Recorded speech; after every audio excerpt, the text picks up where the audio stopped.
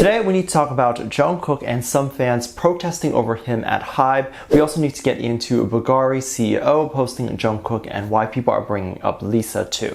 And then we have an idol kissing a fan at a concert. So hey this is Dave, decide hater or not, make sure you're subscribed with the notification bell on. Grab your dumpling, taste Splitting Mug merch, and let's go. The rise of K-pop means that there's going to be a lot more fun moments and a lot more moments where idols do things that have been going on for many years. A lot of the newer generation of K-pop follow a lot more of the Western traditions and fan moments in concerts. For example, kissing fans is something that a lot of American celebrities do. I don't know if they started that trend, but it's been followed by a lot of singers in America. Typically, we've seen mostly male artists do this, and then we've had female idols typically just kiss female fans. But it's definitely been very shocking to see the newer generation of K-pop do something like this, and fans are loving it. So what happened? Artist BIBI was performing at Waterbomb. This is a festival that was going on. This happened in Seoul, and she is a really great artist. In the past, during one of her songs, she would stop mid-performance, caress a fan's face, and then lean in to kiss them. These moments have then become quite well known within her fans, and they are aware she does this. After a second viral video happened where she decided to do it again more recently, she went ahead and went into the crowd to a screaming fan and kissed a girl in the crowd. Everyone was super jealous online, and the fans seemed ecstatic, and their favorite artist decided to do that with them. Moments like this, even if you're just a viewer of these moments during the show, make the concert experience so much more fun and some much more real. If you know that your favorite artist would come down off stage to not only sing, but interact with you and actually physically touch you, and if you're not comfortable with said interaction, just make sure you don't get in the front row, because it's pretty safe to assume for the artist that if you're in that front row, you've paid those extra dollars to be there and are likely a super fan. Of course, my message now would be more towards the idols, who are definitely not watching this, but to ask them to be careful when interacting and touching other fans. You never know where they've been, if they're sick, or if they have any sort of STDs on their mouth. While things like herpes are usually not too serious and would go away, you definitely don't want to find out you got it from a random situation like this. So just be careful is all I'm saying. I think COVID made me a bit of a germaphobe. My second thing I want to say is just the very cute social impact something like this might have. Going forward, K-pop is going to be seen a lot less for kids, and it's very interesting to me because a lot of the older generation won't take K-pop seriously because they think it's kids music. And then the younger generation for K-pop is very against the aging up of K-pop, because then it's talking about topics like drugs, sex, and more adult themes, which those people don't want their idols associated with. However, the reason a lot of the American artists and even BTS has a large, vast audience of all ages is because they sing about topics that are mature, and even moments like a kiss at a concert was something that only rock stars did,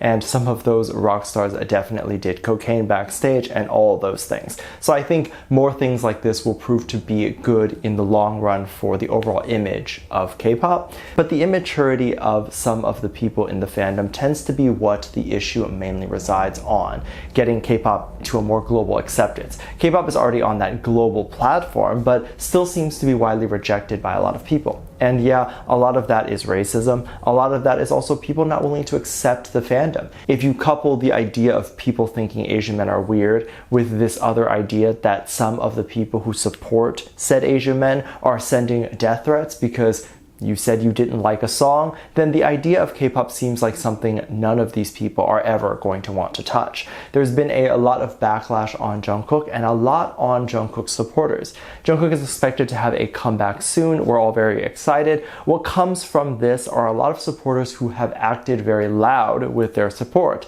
A lot of people have been demanding HYBE not to mess up his comeback, or expecting that HYBE will indeed mess up Jung Kook's comeback and just ask for fans to take things into their own hands and stream.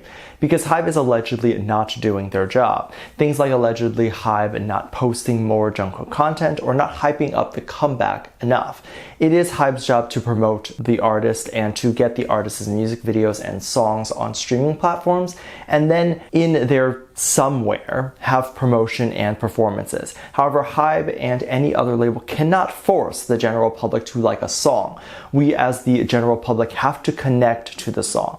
Labels have ways to give a song a higher probability of it connecting to the audience, but cannot guarantee that. And so they pay for an expensive music video, get the best producers. They push the song to radio and to TV shows. However, if the song does not connect to the general public, let's say for argument's sake, completely flops, a label cannot force a TV show to take a performer and perform a song that flops. TV shows' jobs are to generate ratings. If the artist on the show has a song that does not connect, or a song that no one is tuning in for because they don't like the song, the show will likely skip over that artist when the label pushes the artist to the show, and the show will just pick another artist who currently has an in-demand song.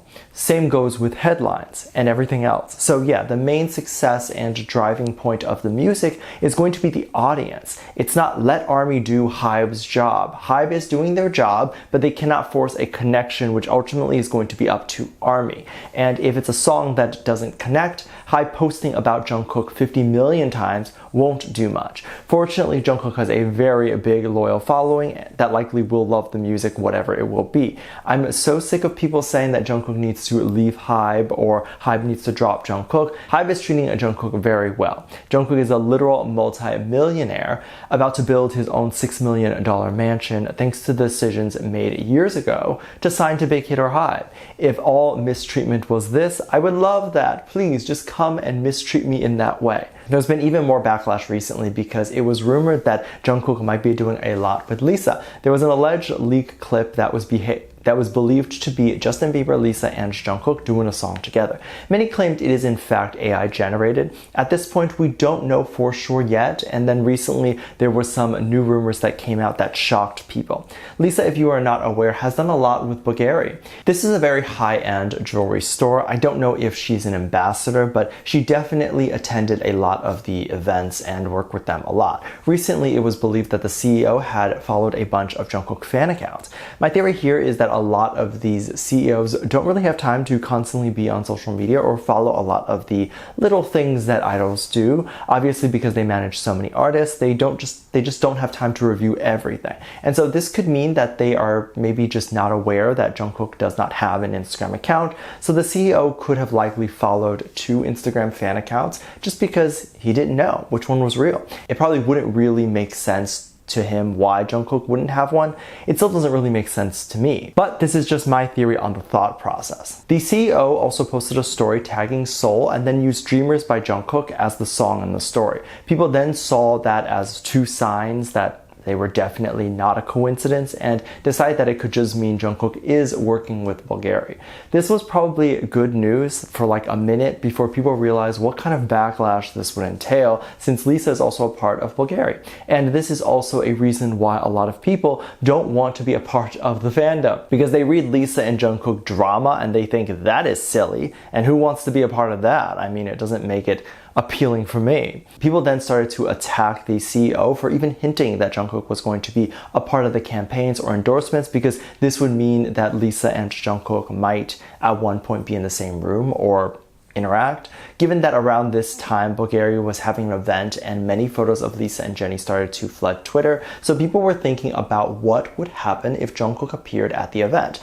And people love to get wild with these thoughts of Jung Kook kissing Lisa or whatever, and these things are completely made up situations that people get upset about. If Jung Kook did attend the event and was near Lisa, who is to say that the two would ever date or interact? And even if they do, it doesn't really matter. At least if something did happen, I can at least kind of understand people being upset, but to be upset over something that has not happened is so strange. First of all, we don't even officially know if Jung Kook is doing anything with Bvlgari. Right now, it's just still speculation. Likely, maybe, but it's still just a guess. And on top of that, we definitely do not know if we will see Lisa and Jung Kook interact. The fan wars really need to end. People really need to understand and stop making up things claiming that any specific group sees other members as competition. Everyone is just chilling and in their own lane. Let me know what you think. Make sure you check out my Patreon for more videos. Link down below. Thanks. Just leave a comment right here. Love you. Bye.